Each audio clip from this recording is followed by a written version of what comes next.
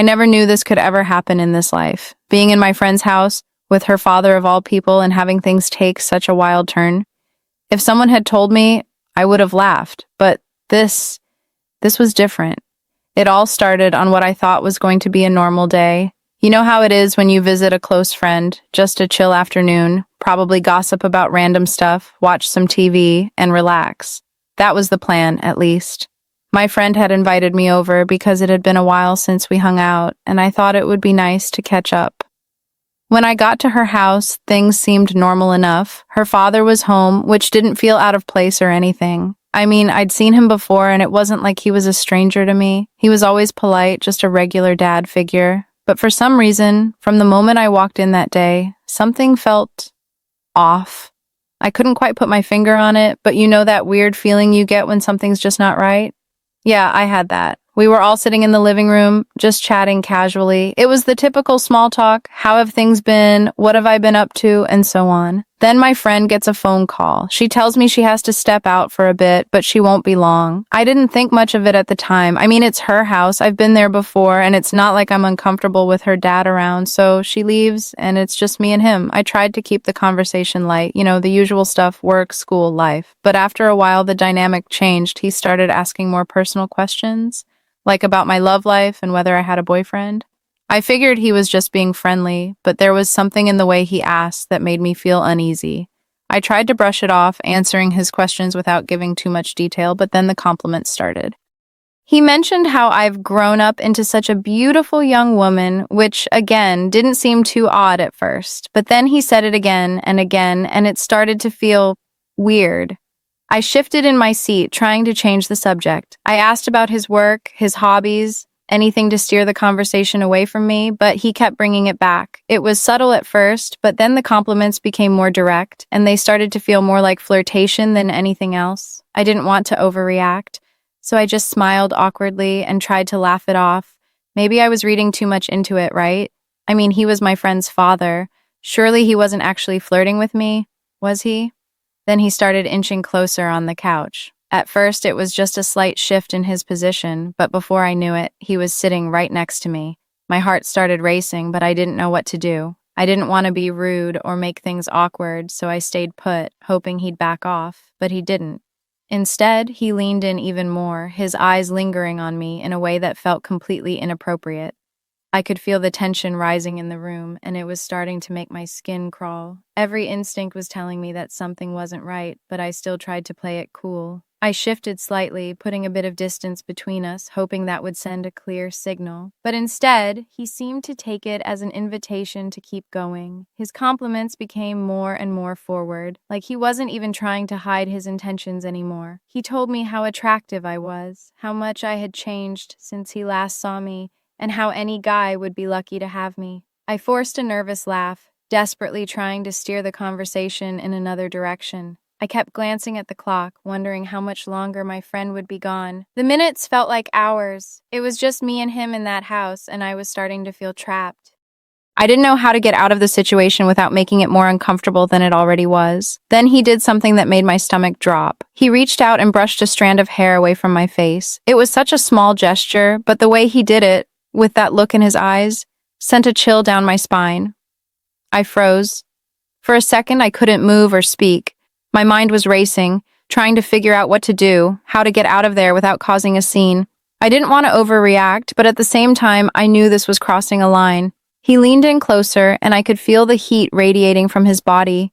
I couldn't believe this was happening. This was my friend's dad, for crying out loud. The thought of what he might do next terrified me, but I was too stunned to react. His hand moved from my hair to my shoulder, and that's when I snapped out of my daze. I quickly stood up, making up some excuse about needing to check my phone, anything to put some space between us. I walked across the room, my hands trembling as I fumbled with my phone, pretending to be busy. My heart was pounding in my chest, and I could feel the adrenaline rushing through my veins. I kept praying my friend would walk back through the door any second, but she didn't, and I was still alone with him. I could feel his eyes on me, watching my every move, move, and it made me feel so uncomfortable. As I stood there pretending to scroll through my phone, I could feel the weight of his gaze on me. It was like he was waiting for me to make the next move, but I wasn't about to give him the satisfaction. My mind was racing, trying to come up with a way to get out of there without making a scene. I didn't want to cause any drama, especially since this was my friend's father, but I couldn't just stay there and let things escalate. Then I heard him stand up. My heart sank. He walked over to where I was standing, and I could feel him getting closer. Every step he took made me more nervous.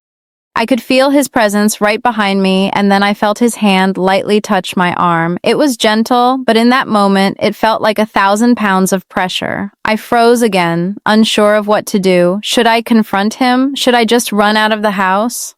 Every possible reaction played through my head, but none of them seemed like the right answer. He leaned in, close enough that I could feel his breath on the back of my neck. "You know," he said softly, "you really are something special. I bet you've got all the guys chasing after you." His words hung in the air, heavy and uncomfortable. I didn't respond. I couldn't. My mind was too busy trying to figure out how to get out of this situation without making things worse. Then, as if by some miracle, my phone rang. It was my friend, and I had never been more relieved to hear her voice. I quickly answered the call, putting some distance between myself and her dad. She told me she was running a bit late and asked if I could wait for a little longer. My heart sank again. The thought of being stuck there even a minute longer made me feel sick, but I couldn't tell her what was happening. Not over the phone. I told her it was fine, but as soon as I hung up, I knew I couldn't stay. I turned to her dad and said, "I actually need to go. I just remembered I have something I need to take care of." My voice was shaky, but I tried to sound as casual as possible. He looked at me with that same strange smile, like he knew what was going on but didn't care. "Leaving so soon?" he asked, taking a step closer. My heart was racing, but I forced a smile and nodded. "Yeah, sorry, I'll catch up with her later," I said, already making my way to the door. I could feel his eyes on me the whole time, but I didn't look back. I just wanted to get out of there as quickly as possible. I grabbed my bag and practically ran out of the house, my heart pounding in my chest. As soon as I was outside, I felt like I could finally breathe again. But the whole way home, I couldn't shake the feeling of what had just happened. As I walked home, the reality of the situation started to sink in. I couldn't believe what had just happened. The whole thing felt surreal, like something out of a bad dream. I kept replaying the events in my head, questioning myself. Did I overreact? Was I imagining things? But no matter how much I tried to rationalize it, I knew deep down that what had happened wasn't right. The worst part was, I had no idea what to do next. Should I tell my friend? Should I just forget about it and move on? The thought of confronting her about her father made me feel sick to my stomach. How could I even begin to explain what had happened without it sounding crazy? I didn't want to ruin our friendship, but at the same time, I couldn't just pretend that nothing had happened. For the next few days, I avoided going to her house. I made excuses every time she invited me over, saying I was busy with work or had other plans. I couldn't face her father again, not after what had almost happened, but avoiding her wasn't a solution either. It was only a matter of time before she would start asking questions, and I knew I couldn't keep dodging her forever. One afternoon, about a week after that day, my friend called me, asking if we could meet up. She sounded a little worried, like she knew something was off. I couldn't keep avoiding her, so I agreed to meet at a nearby cafe. As soon as I walked in and saw her sitting there, looking at me with concern, I felt a knot tighten in my stomach. This was it. I couldn't keep hiding what had happened any longer. We sat down, and after a bit of small talk, she asked me straight out, "Is everything okay? You've been acting kind of weird lately." I took a deep breath, unsure of how to start. My mind was racing, trying to find the right words. "I don't know how to say this," I began, my voice shaky. "Something happened the last time I was at your place, with your dad." Her expression changed immediately. She looked confused, maybe even a little alarmed. "What do you mean? What happened?" she asked, leaning forward slightly, her eyes locked on mine. I could feel the tension rising inside me as I tried to explain. "When you stepped out, he started acting differently. He was saying things, really personal things, and it got uncomfortable. I didn't know what to do. He got too close, and I felt like I had to leave. I'm sorry, I just didn't know how to tell you." For a moment, she didn't say anything. She just stared at me, processing what I had said. Then she shook her head like she couldn't believe it. "My dad? Are you sure? He's never been like that before. I mean, he's always been kind of flirty, but he's harmless. Maybe you misunderstood." Her words hit me like a brick. Misunderstood? It felt like she was brushing it off, like it wasn't a big deal. But I knew what I had felt. I knew the way he had looked at me, the way he had touched me, wasn't innocent. I don't think I misunderstood, I said softly, trying to keep my voice steady. It was more than just a few compliments. It felt wrong. She looked at me for a long time, her expression torn between disbelief and concern. I'm sorry, she finally said, her voice low. I didn't know. I don't know what to say. Neither of us spoke for a few minutes, the silence between us heavy.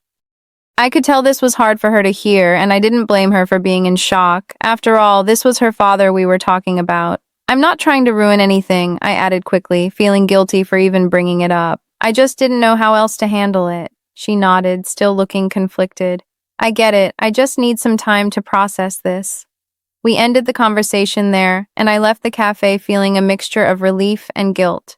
I had finally told her, but now I had no idea what was going to happen next. Would this change things between us? Would she talk to her dad about it? All I knew was that I wasn't going back to that house anytime soon.